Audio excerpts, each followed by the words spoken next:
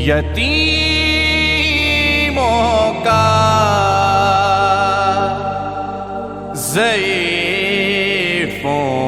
का सहारा बनो।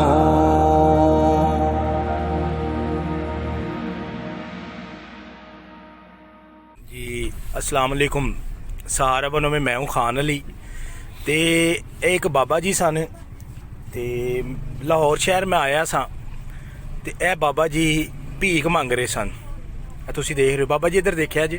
की नाम है अपना? गुलाम मुस्तफा। गुलाम मुस्तफा। तुसी भीख क्यों मंगदे हो, मैनू ये दसो। गुरबत तो ही बच्चों को पालन लई। गुरबत और बच्चियां नू पालन वास्ते यह गली च घर है। इस गली च घर है। चलो ए मैं दोस्तों ए मैं बाबा जी का घर वहाना वा। ये काफ़ी मजबूर ने। मैं इन्हों देखिया ते मैं हुण इन्हां दे घर लैके जाना तुहानू ते इन्हां दे घर दी जिहड़ी भी सूरत हाल है मैं तुहानू दिखाना वा ते मेरे नाल जुड़िया रहा जे ते अगों मैं बाबा जी का घर वहाना वा। इन्हां दी घर दी जिहड़ी परेशानी है मजबूरी है मैं तुहानू दिखाना वा। ए बाबा जी ने मेरे नाल। बाबा जी इधर देखिया ए बाबा जी ने ये अपने घर लैके चले ने, जरा देखिया जी। आओ बाबा जी, केड़ा जी घर? यतीमों का ज़ईफ़ों का सहारा बनो। क्योंकि वीडियो के सामने मैं खुद नहीं आ सकता कि मैं वीडियो बना रहा खुद ही, क्योंकि मेरे नाल मेरा कैमरामैन भी नहीं।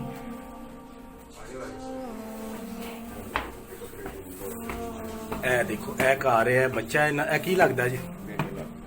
ए बेटा है, ए बेटे। होए होए होए। ए हाल एक बाबा जी दा। ये बाबा जी अपनी रहायश है। ए देखो दोस्तों, आओ जरा। मैं किसी दी गुरबत दा तमाशा नहीं वहाना चाहता।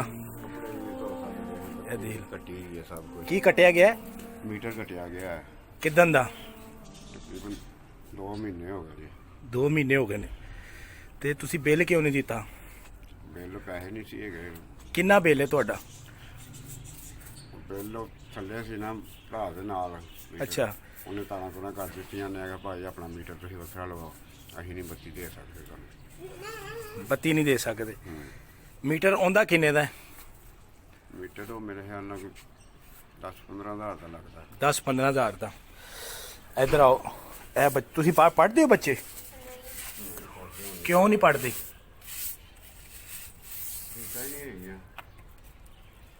फीस की वजह तो नहीं पढ़ते? देखो बच्ची छोटी जी किवें। आ जाओ इधर आओ। ये घर दा घर च है तो नहीं होर? ए इन्हां दे घर दा दरवाजा जी। ए देखो ये हाल है इस मेरे बाबा जी दे घर दा। ए हाल जे। बाबा जी आओ।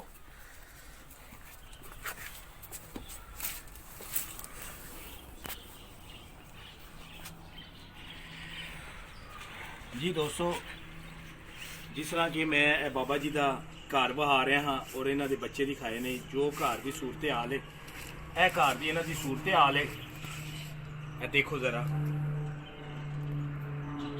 मेरे हल्का ते जिवें मैं दस रहा हाँ कि ये बाबा जी काफ़ी परेशान ने।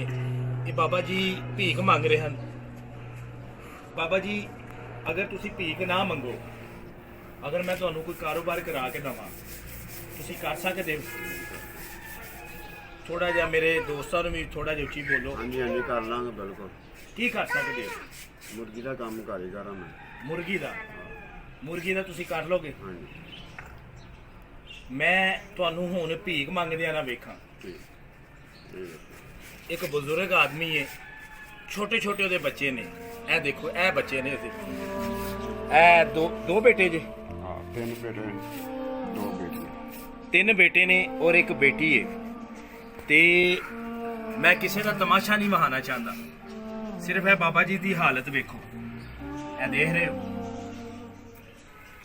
बाबा जी तुसी भीख क्यों मंगते हो? ਬੱਚਿਆਂ ਨੂੰ ਰੋਟੀ ਪੂਰੀ ਹੋ ਜਾਏ, ਇਸ ਬਾਅਦ ਨਾਸ਼ਤਾ ਨਹੀਂ ਕੀਤਾ ਅਜੇ ਤੱਕ ਬੱਚਿਆਂ ਨੇ। नाश्ता नहीं ਭੁੱਖੇ ਭੁੱਖੇ ਬੈਠੇ ਹੋਏ ਨੇ। बाबा जी अगर ਤੁਹਾਨੂੰ ਮੁਰਗੀ ਦਾ ਅਸੀਂ ਕੰਮ ਕਰਾ ਕੇ ਦੇਨੇ ਆ, ਵਾਅਦਾ ਕਰੋ ਕਿ ਤੁਸੀਂ ਕਰੋਗੇ। ਕਰਾਂਗੇ। ਪੱਕੀ ਗੱਲ ਹੈ। ਹਾਂਜੀ।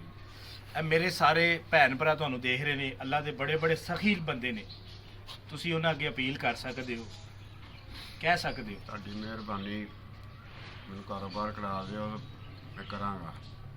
ਬਹੁਤ ਦਲੀਲ ਹੋ ਗਿਆ ਵਾਂ, ਬੱਚੇ ਨਿੱਕੇ ਨਿੱਕੇ ਜਿਹੜੇ ਨੇ ਉਹ।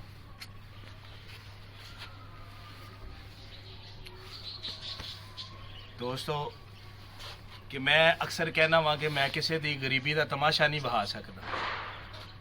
अल्लाह की रजा से, अल्लाह सोने की रजा से ये छोटे छोटे बच्चे ने, ये बाबा जी मुर्गी का काम कर सकते हैं, ये मुर्गी का काम कर सकते हैं।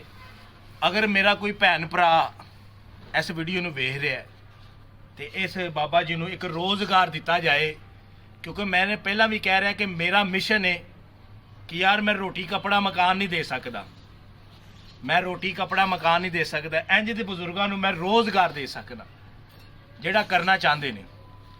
बाबा जी ए लो मेरी तरफों ए फड़ो, ए 5000 रुपया। यतीमों का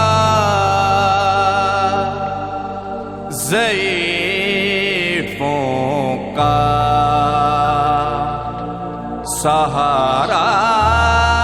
कोई भीख नहीं ਤੁਹਾਨੂੰ, ਇਹ ਕੋਈ ਭੀਖ ਨਹੀਂ ਦੇ ਰਿਹਾ।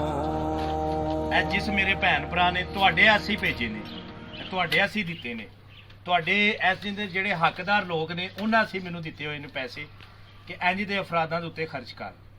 ਇਹ ਪੈਸੇ ਤੁਹਾਡੇ ਨੇ, ਇਹ ਤੁਸੀਂ ਆਪਣੇ ਬੱਚਿਆਂ ਸੇ ਰਾਸ਼ਨ ਲੈ ਕੇ ਆਓ, ਜੋ ਵੀ ਤੁਹਾਨੂੰ ਮਿਲਦਾ ਹੈ ਖਾਣ ਵਾਸਤੇ ਤੁਸੀਂ ਆਪਣੇ ਘਰ ਤੁਸੀਂ ਲੈ ਕੇ ਆਓ। ਕਿਉਂਕਿ ਮੈਂ ਲਾਹੌਰ ਆਇਆ ਹੋਇਆ ਹਾਂ ਕਿਸੇ ਕੰਮ ਦੀ ਵਜ੍ਹਾ ਤੋਂ, ਮੈਂ ਤੁਹਾਨੂੰ ਵੇਖਿਆ ਭੀਖ ਮੰਗਦੇ ਆ, ਮੇਰੇ ਕੋਲ ਰਿਹਾ ਨਹੀਂ ਗਿਆ।